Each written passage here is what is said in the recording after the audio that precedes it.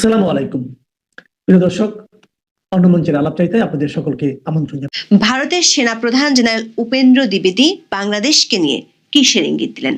বাংলাদেশের সরকার ঘনিষ্ঠরা যখন seven sisters দখল করার হুমকি দিচ্ছে, ক্রিকেট ইস্যুতে সরকার উপদেষ্টা যখন গোলামীর পিঞ্জর ভাঙার ঘোষণা দিচ্ছেন, দেশের গণমাধ্যমে যখন পাকিস্তান থেকে যুদ্ধবিমান কেনার খবরে সয়লাব, ঠিক তখন ভারতীয় সেনাপ্রধানের কণ্ঠে দেখা গেল নিরুত্তাপ আর কোনো উদ্বেগ না থাকার সুর। উল্টো জানালেন বাংলাদেশের সেনাপ্রধানের সাথে তার ঘনিষ্ঠ যোগাযোগের কথা, দুই দেশের বাহিনীর সাথে বাহিনীর সম্পর্কের কথা। নিশ্চিত করেছেন বাংলাদেশের ৩ বাহিনী যেসব পদক্ষেপ নিচ্ছে সেটি কোনোটি ভারতের বিরুদ্ধে নয়। আবার ভারতের জেনারেল ইঙ্গিতও দিয়েছেন বাংলাদেশের ক্ষণস্থায়ী অন্তর্বর্তী সরকার নিয়ে খুব বেশি বিচলিত নয় ভারত। প্রশ্ন হলো, ভারতীয় সেনাপ্রধানের বক্তব্যে বাংলাদেশ নিয়ে এমন নিরুদ্বেগের কথা প্রকাশ পেলেও আসলে কি ভারতের কোনো উদ্বেগ নেই? পরপর 2 দিনে গণমাধ্যমের 2টি খবর বরং ভিন্ন বার্তাই দিচ্ছে। প্রথম খবরটি হলো, বঙ্গোপসাগরে বাংলাদেশ ও চীনের উপর নজরদারি বাড়াতে পশ্চিমবঙ্গের মেদিনীপুরের হলদিয়া বন্দরে একটি নতুন নৌঘাঁটি স্থাপন করতে যাচ্ছে ভারতীয় নৌবাহিনী। দ্বিতীয় খবরটি হলো, চিকেন নেকে নিরাপত্তা জোরদারে বাংলাদেশ লাগোয়া 5 পরিত্যক্ত বিমান ঘাঁটি সচল করছে ভারত। আবার ভারতীয় সেনাপ্রধান এমন সময় বার্তা দিলেন যখন দিল্লিতে মার্কিন নতুন রাষ্ট্রদূত সার্জিও গোর একেবারে প্রথা ভেঙে বক্তব্য দিয়ে ঘোষণা করলেন আমেরিকার কাছে ভারতই হলো সবচেয়ে বেশি গুরুত্বপূর্ণ দেশ। নতুন একটি জোটে ভারতকে টানতে চায় যুক্তরাষ্ট্র। একই সময় চীন বিরোধী মন্ত্র নিয়ে বাংলাদেশের নতুন মার্কিন রাষ্ট্রদূত যোগ দিয়েছেন। সূত্রগুলো বলছে, একই সময় সার্জিও গোরের দিল্লিতে এবং ব্রেন্টের বাংলাদেশের দায়িত্ব নেওয়ার পর খুব শীঘ্রই বাংলাদেশকে ঘিরে ভারত ও যুক্তরাষ্ট্রের কৌশলগত সিদ্ধান্তগুলো পরিষ্কার হয়ে উঠবে। বিস্তারিত জানতে চলুন যাওয়া যাক বিশ্লেষণে। কূটনৈতিক মহলে একটি কথা প্রচলিত আছে, অন্তর্বর্তী সরকারের আমলে বাংলাদেশকে ঘিরে ভারতের মধ্যে যে উদ্বেগ সেটির ভিন্ন রূপ দেখা যেতে পারে যদি ভারত ও আমেরিকার মধ্যে যে দূরত্ব তা কমে আসে। একসময় ট্রাম্প ও মোদির বন্ধুত্ব আন্তর্জাতিক গণমাধ্যমের শিরোনাম হলেও শুল্ক ইস্যুতে সে বন্ধুত্বে দৃশ্যমান ফাটল দেখা গেছে। দিল্লির সঙ্গে ওয়াশিংটনের চলছে কূটনৈতিক টানাপোড়েন। ভারতের উপর এরই মধ্যে 50% শুল্ক চাপিয়েছে আমেরিকা। সেই শুল্ক আরো বাড়ানোর ইঙ্গিত দিয়ে রেখেছেন ট্রাম্প। দফায় দফায় আলোচনার পরেও দুদেশের বাণিজ্য চুক্তি এখনো চূড়ান্ত রূপ পায়নি। এমন পরিস্থিতিতে ভারতের নতুন রাষ্ট্রদূত হিসেবে যোগ দিলেন ট্রাম্পের বন্ধু ও বিশেষ দূত সার্জিও গোর। যোগ দিয়ে ভেঙেছেন প্রথা। সাধারণ কূটনৈতিক প্রথা হলো, রাষ্ট্রপতির কাছে নথিপত্র জমা পড়ার পরেই জনসমক্ষে কোনো বক্তব্য দেন কোনো দেশের রাষ্ট্রদূত। কিন্তু শুক্রবার দিল্লিতে পৌঁছে রাষ্ট্রপতির সাথে সাক্ষাতের আগেই বক্তব্য দিলেন গোর। গোর বলেছেন, আমেরিকার কাছে ভারতই হলো সবচেয়ে বেশি গুরুত্বপূর্ণ দেশ। ভারতের সঙ্গে বন্ধুত্ব আমেরিকার কাছে যতটা গুরুত্বপূর্ণ ততটা আর কোনো দেশের ক্ষেত্রেই নয়। সিলিকন, সেমিকন্ডাক্টর এবং কৃত্রিম মেধা প্রযুক্তিতে ভারতের সঙ্গে জোট বাঁধতে চায় তারা। জানালেন, আন্তর্জাতিক ওই জোটে পূর্ণ সময়ের সদস্য হওয়ার জন্য ভারতকে আমন্ত্রণ জানাবে আমেরিকা। প্রশ্ন হলো, যে ট্রাম্প প্রশাসন এতদিন ভারতকে দূরে রেখেছে, সেখানে হঠাৎ করেই ট্রাম্পের দূত কেন বলছেন ভারতই আমেরিকার কাছে সবচেয়ে গুরুত্বপূর্ণ দেশ? বিশেষজ্ঞরা বলছেন, ইন্দো প্যাসিফিকে চীনের আধিপত্য কমাতে যুক্তরাষ্ট্রের কাছে ভারতের কোনো বিকল্প নেই। এই অঞ্চলের দেশগুলোর সাথে চীনের সামরিক সখ্যতা বেরিয়ে চলেছে, যেটি নিয়ে উদ্বিগ্ন ট্রাম্প প্রশাসন। একদিন আগেই বাংলাদেশের গণমাধ্যমে খবর বেরিয়েছে, সামরিক ড্রোন কারখানা স্থাপনে চীনের সাথে 608 কোটি টাকার চুক্তি স্বাক্ষর করবে বাংলাদেশ। বিজনেস স্ট্যান্ডার্ডের খবরে বলা হয়েছে, আকাশ প্রতিরক্ষার সক্ষমতা জোরদারে সামরিক ড্রোন উৎপাদন কারখানা স্থাপনের জন্য চীনের সঙ্গে G2G চুক্তি সই করতে যাচ্ছে বাংলাদেশ। আনুষ্ঠানিক চুক্তির আগে গত 6 জানুয়ারি অর্থ মন্ত্রণালয় প্রকল্প প্রস্তাবের অনুমোদন দেয়।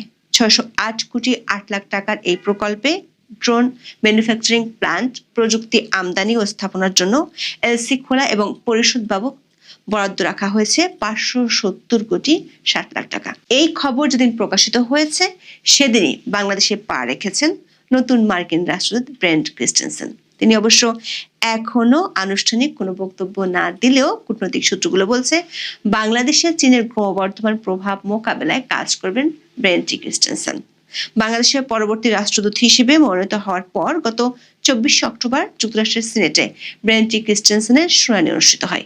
সেই শুনানিতে কিভাবে চীনের ক্রমবর্ধমান প্রভাব মোকাবেলা করা হবে তা তুলে ধরেছিলেন। দর্শক, গত 23 জুলাই 110তম কংগ্রেসের প্রথম অধিবেশনে থিঙ্ক টুয়াইস অ্যাক্ট 2025 নামের একটি আইন আনে ট্রাম্প সরকার, যার একমাত্র লক্ষ্য চীনের অস্ত্র বিক্রি মোকাবেলায় কৌশল নির্ধারণ এবং সংশ্লিষ্ট দেশগুলোকে চীনের অস্ত্র কেনার নিরুৎসাহিত করা। কিন্তু ইন্দো প্যাসিফিক অঞ্চলে এই নীতিতে খুব বেশি সফল হতে পারছে না যুক্তরাষ্ট্র। এর বড় কারণ ভারতের সাথে দূরত্ব, আর তাতে মার্কিন উদ্বেগ বাড়ছে।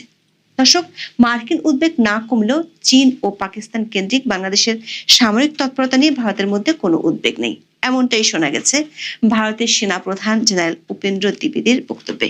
13 জানুয়ারি নয়াদিল্লিতে সেনাবাহিনীর বার্ষিক সংবাদ সম্মেলনে এক প্রশ্নের জবাবে তিনি বলেছেন, যে কোনো ধরনের ভুল বোঝাবুঝি এড়াতে ভারত ও বাংলাদেশের সামরিক বাহিনীর মধ্যে একাধিক যোগাযোগের চ্যানেল খোলা রয়েছে। একজন সাংবাদিক প্রশ্ন করতে গিয়ে বলেন, বাংলাদেশের সঙ্গে পাকিস্তানের সম্পর্কে যে নতুন সমীকরণ, সেটা ভারতের জন্য হুমকি হিসেবে দেখা হচ্ছে। ভারতীয় সেনাবাহিনী বিষয়টি কিভাবে দেখছে? ভারতের আনন্দবাজার পত্রিকা লিখেছে, জেনারেল উপেন্দ্র ইঙ্গিত দিয়েছেন, ঢাকার অন্তর্বর্তী সরকারের মেয়াদ বেশি দিন নয়, তাই তাদের পদক্ষেপ নিয়ে বেশি চিন্তা করা হচ্ছে না। জেনারেল উপেন্দ্র দ্বিবেদী বলেছেন, প্রথমত বাংলাদেশের ক্ষমতায় কি ধরনের সরকার রয়েছে তা বোঝা গুরুত্বপূর্ণ। যদি এটি একটি অন্তর্বর্তী সরকার হয়, তাহলে দেখতে হবে তারা যে পদক্ষেপগুলো নিচ্ছে সেগুলো আগামী 4-5 বছরের জন্য নাকি কেবল আগামী 4-5 মাসের জন্য। ভারতীয় সেনাপ্রধান বলেন, বিবেচনা করতে হবে এখনই কোনো তাৎক্ষণিক প্রতিক্রিয়া জানানোর প্রয়োজন আছে কিনা। দর্শক, এর আগে ভারতের পররাষ্ট্রমন্ত্রী এস জয়শঙ্কর ঢাকায় এসে বাংলাদেশের অন্তর্বর্তী সরকার প্রধান উপদেষ্টার সাথে সাক্ষাৎই করেননি। এবার ভারতের সেনাপ্রধান ইঙ্গিত দিলেন, ক্ষণস্থায়ী সরকারের কর্মকাণ্ড নিয়ে খুব বেশি ভাবেন না তারা, বরং বাংলাদেশের 3 বাহিনীর সাথে ভারতের 3 বাহিনীর যে ঘনিষ্ঠ যোগাযোগ আছে সেটিও খোলাসা করলেন। তিনি বলেছেন, এই মুহূর্তে 3 বাহিনী তাদের যোগাযোগের সব চ্যানেল পুরোপুরি খোলা রেখেছে। ভারতীয় সেনাবাহিনীর একাধিক যোগাযোগের চ্যানেল সক্রিয় রয়েছে এবং তিনি বাংলাদেশের সেনা প্রধান জেনারেল ওয়াকারুজ্জামানের সঙ্গে নিয়মিত যোগাযোগ রাখছেন। তিনি আরো বলেন, একইভাবে অন্যান্য চ্যানেলের মাধ্যমেও তারা যোগাযোগ বজায় রাখছেন। ভারতীয় সেনাবাহিনীর একটি প্রতিনিধি দলের বাংলাদেশ সফরের কথা উল্লেখ করে তিনি বলেন, প্রতিনিধি দলটি বাংলাদেশে মাঠ পর্যায়ে সংশ্লিষ্ট সবার সঙ্গে সাক্ষাৎ করেছে। একইভাবে নৌবাহিনীর প্রধান এবং বিমান বাহিনীর প্রধানও কথা বলেছেন। জেনারেল দ্বিবেদী বলেন, এর উদ্দেশ্য হলো কোনো ধরনের যোগাযোগ বিভ্রাট বা ভুল বোঝাবুঝি যেন না হয়। তিনি আশ্বস্ত করেছেন, এই মুহূর্তে বাংলাদেশের 3 বাহিনীর পক্ষ থেকে যে পদক্ষেপগুলো নেওয়া হচ্ছে তার কোনোটি কোনোভাবেই ভারতের বিরুদ্ধে নির্দেশিত নয়। দর্শক, বাংলাদেশের যে তৎপরতা সেটিকে ভারতীয় সেনাপ্রধান দেখছেন বাংলাদেশের প্রতিরক্ষা বাহিনীর সক্ষমতা উন্নয়নের চেষ্টা হিসেবে। তিনি বলেছেন, সক্ষমতা উন্নয়নের বিষয়টি একটি চলমান প্রক্রিয়া। ভারতও তা করেছে, অন্যান্য দেশও করছে। আর ভারতের প্রস্তুতির দিক থেকে বলতে গেলে ভারত বাংলাদেশের পরিস্থিতি নিবিড়ভাবে পর্যবেক্ষণ করেছে। দর্শক, বাংলাদেশে 1.5 বছর আগে ক্ষমতার পট পরিবর্তনের পর ভারত বিরোধিতার চরম উত্থান হলেও পরিস্থিতি আয়ত্তের মধ্যে থাকার কথা এর আগেও বহুবার জানান জেনারেল উপেন্দ্র। এমনকি বাংলাদেশের অন্তর্বর্তী সরকারের সময়কার ঝুট ঝামেলা দীর্ঘস্থায়ী হবে না বলেও ইঙ্গিত দেন। দর্শক, ভারতীয় সেনাপ্রধান যদিও বলেছেন বাংলাদেশের সামরিক তৎপরতা নিয়ে ভারত বিচলিত নয়, কিন্তু গণমাধ্যমের খবর হলো বাংলাদেশের জল ও স্থল সীমান্ত ঘিরে ভারতের নজিরবিহীন তৎপরতা বাড়ছে। 13 জানুয়ারি ভারতীয় সংবাদ মাধ্যম টাইমস অফ ইন্ডিয়ার খবরে বলা হয়েছে, ভারতের কেন্দ্রীয় সরকার পশ্চিমবঙ্গ, আসাম ও ত্রিপুরায় দ্বিতীয় বিশ্বযুদ্ধের সময়কার 5টি পরিত্যক্ত এয়ারস্ট্রিপ পুনর্জীবিত করার পরিকল্পনা নিয়েছে।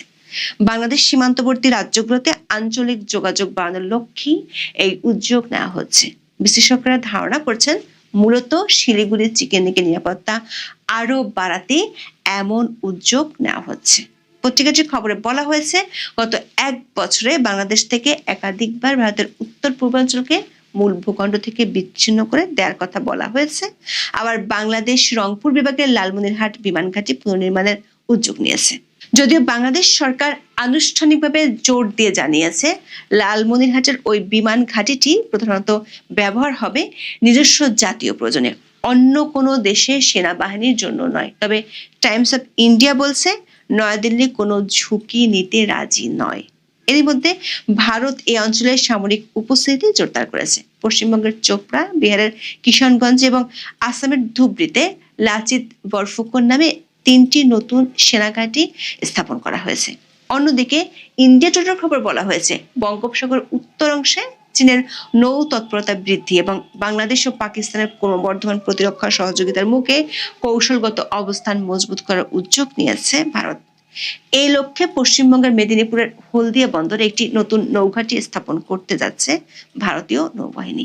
নতুন স্থাপনাটি একটি নৌ ডিটাচমেন্ট বা মূল বাহিনী থেকে আলাদা ফোর্স হিসেবে কাজ করবে, যার লক্ষ্য হবে ছোট আকৃতির আধুনিক যুদ্ধজাহাজ মোতায়েন করা। হলদিয়া বন্দর থেকে সরাসরি বঙ্গোপসাগরে ঢোকা যায়। হলদিয়া ডক কমপ্লেক্সের বিদ্যমান সুযোগ সুবিধা ব্যবহার করে দ্রুত এই ঘাঁটি কার্যকর করা সম্ভব। বর্তমানে সেখানে একটি বিশেষ জেটি ও প্রশাসনিক ভবন তৈরির কাজ চলছে।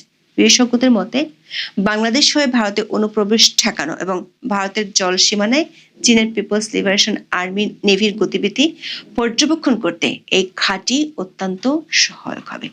কূটনৈতিক সূত্রগুলো বলছে চীনের সাথে সম্পর্কের কারণে আমেরিকার মধ্যে যেমন উদ্বেগ বাড়ছে, তেমনি পাকিস্তানের সাথে বেশি তহরম মহরম থাকার কারণে বাংলাদেশ নিয়ে ভারতেরও উদ্বেগ আছে।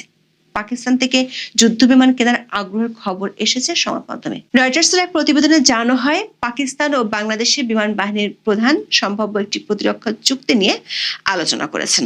এর আওতায় ঢাকার কাছে J-17 থান্ডার জেট ফাইটার বিক্রির প্রস্তাব রয়েছে। বাংলাদেশের পক্ষ থেকে আনুষ্ঠানিক কোনো বক্তব্য পাওয়া না গেলেও এ বিষয়ে বিবৃতি দেয় পাকিস্তানের আন্তঃবাহিনী জনসংযোগ পরিদপ্তর ISPR। যদিও অন্তর্বর্তী সরকার গত 17 মাসে হরে দরে সবাইকে বলে যাচ্ছে বিমান কেনার কথা। প্রথমে চীন থেকে যুদ্ধ বিমান কিনতে চেয়েছে, তারপর ইতালি থেকে ইউরোফাইটার টাইফুন কেনার জন্য MOU স্বাক্ষর করেছে, এরপর সবশেষ পাকিস্তান থেকে কেনার কথা সামনে এসেছে। অথচ এই যে যুদ্ধ বিমান কেনার মাধ্যমে বিমান বাহিনীকে আধুনিকায়নের যে উদ্যোগ, সেটি ছিল বিগত সরকারের, মানে আওয়ামী লীগ সরকারের। আওয়ামী লীগ এজন্য ফোর্সেস গোল 2030 নির্ধারণ করেছিল। এইগুলোর অধীনে শেখ হাসিনার আমলে বাংলাদেশের সশস্ত্র বাহিনীতে 5 বছরে ভূমি থেকে আকাশে উৎক্ষেপণযোগ্য ক্ষেপণাস্ত্র সিস্টেম ও মানববিহীন ড্রোন সহ অন্তত 23 ধরনের নতুন আধুনিক প্রযুক্তির যুদ্ধ সরঞ্জাম সংযোজন করা হয়েছিল। এমনকি তখন সশস্ত্র বাহিনীর প্রতিবেদন অনুযায়ী সেনাবাহিনীর জন্য surface two air missile system আনা হয়েছিল চীন থেকে। আওয়ামী লীগ সরকার আমলে ভূমি থেকে আকাশে উৎক্ষেপণযোগ্য ক্ষেপণাস্ত্রের প্রথম পরিচিতি ঘটে বাংলাদেশে। প্রশ্ন হলো, তখন চীন থেকে অস্ত্র কেনা নিয়ে আমেরিকার উদ্বেগ ছিল না, এখন কেন দেশটির উদ্বেগ বাড়ছে? আর একই সময় বাংলাদেশের সীমান্ত ঘিরে ভারতের তৎপরতাও নজিরবিহীনভাবে বাড়ছে। আবার সার্জিও গোর নতুন করে ভারত ও যুক্তরাষ্ট্রের সম্পর্কের ইঙ্গিত দিয়ে ভারতে তার ইনিংস সূচনা করেছেন। বাংলাদেশের ব্রেন্ট ক্রিস্টেনসেনও তার চীন বিরোধী বার্তা সরকারের কাছে পৌঁছে দিয়েছেন। প্রশ্ন হলো, কূটনীতিকদের পুরনো যে সমীকরণ, এই অঞ্চলে ভারত ও আমেরিকার স্বার্থ অভিন্ন হলে দক্ষিণ এশিয়ার আঞ্চলিক রাজনীতি আর রাজনীতির সমীকরণ যে পাল্টে যেতে পারে, তার শুরু কি শিগগিরই হবে? যদি তাই হয়, তাহলে তার প্রভাব নিঃসন্দেহে বাংলাদেশেও পড়বে। হেডলাইন এবং ব্যানার দেখে হয়তো আপনার চিন্তা করছেন হঠাৎ করে আমি এটা কি বললাম, যে সেফ এক্সিট ডিল, জামাত ক্ষমতার পথে। জি, এটাই আসলে সত্য। যদি আপনারা একটু ভালো করে খেয়াল করেন, 2024-এর 5ই আগস্টের পর থেকে আজ পর্যন্ত যা যা ঘটছে তা যদি একটু খেয়াল করেন, তাহলে আপনারা ঘটনাটা বুঝে যাবেন। যুদ্ধাপরাধী দল জামাতে ইসলাম তারা নিষিদ্ধ ছিল, তাদের প্রতীকও ছিল না, এটা হাইকোর্টের রায়, কোনো অর্ডিন্যান্সে না। এরপরও 5ই আগস্টের পরে আমাদের মহামান্য সেনা প্রধান তাদেরকে সর্বপ্রথম ডেকেছিল, তাদের আমিরের সাথে 3 তারিখ রাতে কথা বলেছিল 4 তারিখ যদিও বিএনপির অন্যদের সাথে কথা বলে, কিন্তু 3 তারিখ রাতে বৈঠক করেছিল প্রথমে জামাতের আমিরের সাথে, এবং উনি প্রথম বক্তৃতায় উনি 2 বার আমিরে জামাতের কথা বলেছিল, মনে আছে নিশ্চয় আপনাদের। এখন তাদেরকে এনেছে মূলধারা রাজনীতিতে। এবং একটা জিনিস যদি খেয়াল করেন যে 5ই আগস্টের পরে খালেদা জিয়া কিন্তু জামিন পেয়ে গিয়েছিল। উনি তো হসপিটালেই ছিলেন আগে থেকেও, জামিনও ছিলেন, কিন্তু ওনাকে সরাসরি হসপিটাল থেকে বাসায় নিয়ে আসা হয়, বাসায় ছিলেন। এরপরে জানুয়ারি মাসে উনি ওনার বাসা থেকে লন্ডনে এসেছেন, লন্ডনে ট্রিটমেন্ট নিয়েছেন, লন্ডনে ট্রিটমেন্ট নেওয়ার পরে উনি বাংলাদেশে ফেরত গিয়েছেন সুস্থ স্বাভাবিকভাবে। কিন্তু ওনার কোনো বক্তৃতা বিবৃতি বা কিচ্ছু ছিল না, না কোনো জনসমাবেশে এসেছেন, না কোনো ভার্চুয়ালি কোনো মিটিংয়ে যোগ দিয়েছেন, কোনো কিছুই ওনাকে আসলে করতে দেওয়া হয়নি। ওনাকে ওভাবেই রেখে দেওয়া হয়েছিল, মানে আপনি ম্যাডাম চুপ থাকবেন, কোনো কথা বললেন না, আমরা করতেছি। আর বিএনপির তারেকের সাথে এখানে বাকিরা দেখা করে, ইউলিশ সরকার দেখা করে তারা একটা মূলা ঝুলাই দিয়ে গেছেন।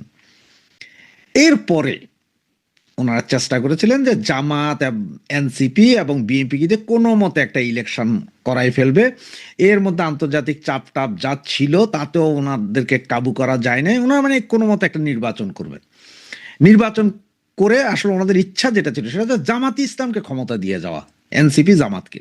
এখন আপনারা বলতে পারেন হঠাৎ করে কেন আমি হঠাৎ বলছি জামাত ইসলামের ক্ষমতা দিয়ে যাওয়া, এটা আবার কি? এটা হচ্ছে দেখেন, ওনাদের এই জিনিসটা, এই থিমটা ওনারা তৈরি করেছে আসলে পাকিস্তান থেকে। পাকিস্তানি সেনাবাহিনী যেমন কোনো কিছুতে নেই, ওরা পেছনে আছে, কিন্তু চাইলেই কালকে সকালে রাষ্ট্রপতি গেছে গা, অন্য দল আসছে, এই দল গেছে গা, তো ওই দল আসছে, কিন্তু মূল ক্ষমতার কেন্দ্রবিন্দু কিন্তু সেনাবাহিনী। কিন্তু সেনাবাহিনী কোথাও নেই, মানে এটা হচ্ছে যে ঘটনা সত্য কিন্তু প্রমাণ করতে পারবেন না আপনি।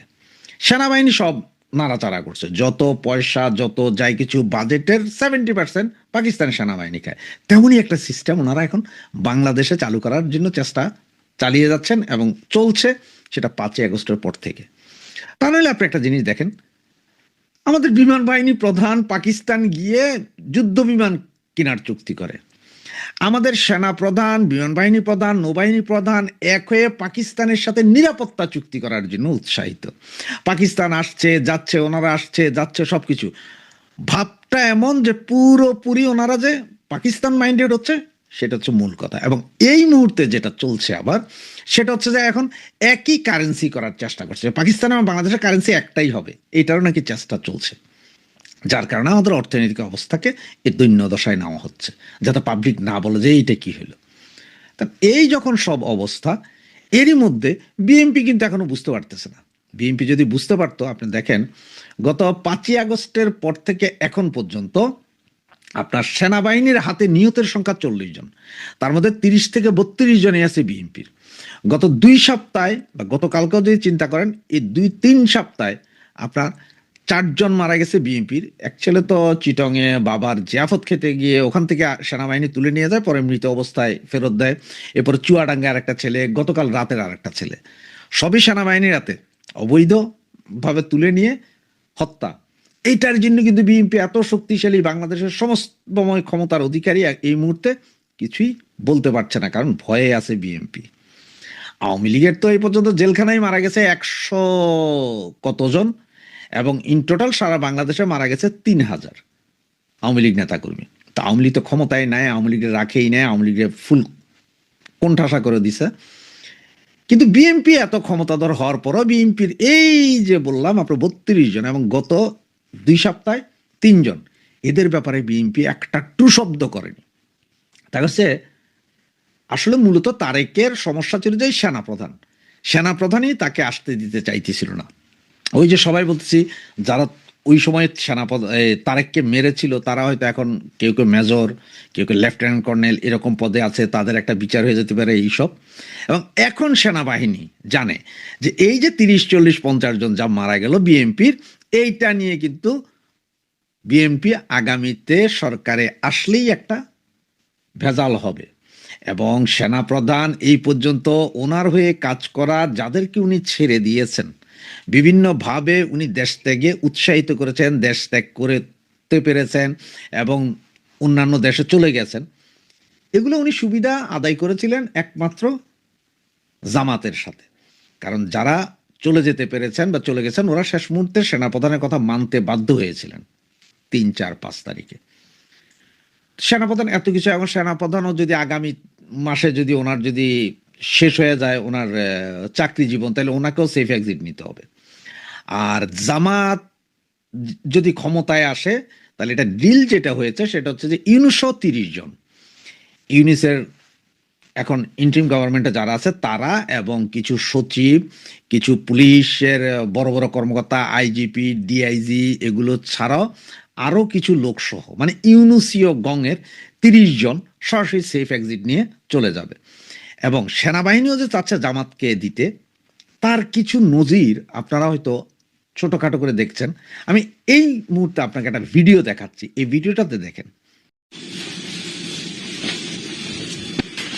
কত নম্বর এখন? চট্টগ্রাম 3 না? हमने ये आशियो হ্যাঁ, লিখতে দিছি। हमने दिखे এটা দেখতে হবে। হ্যাঁ? তারিখ লিখে নিন, আমার সকালবেলা লিখে দিতে তারিখ। তারিখ এখন দিতে ना হবে। ना ना ना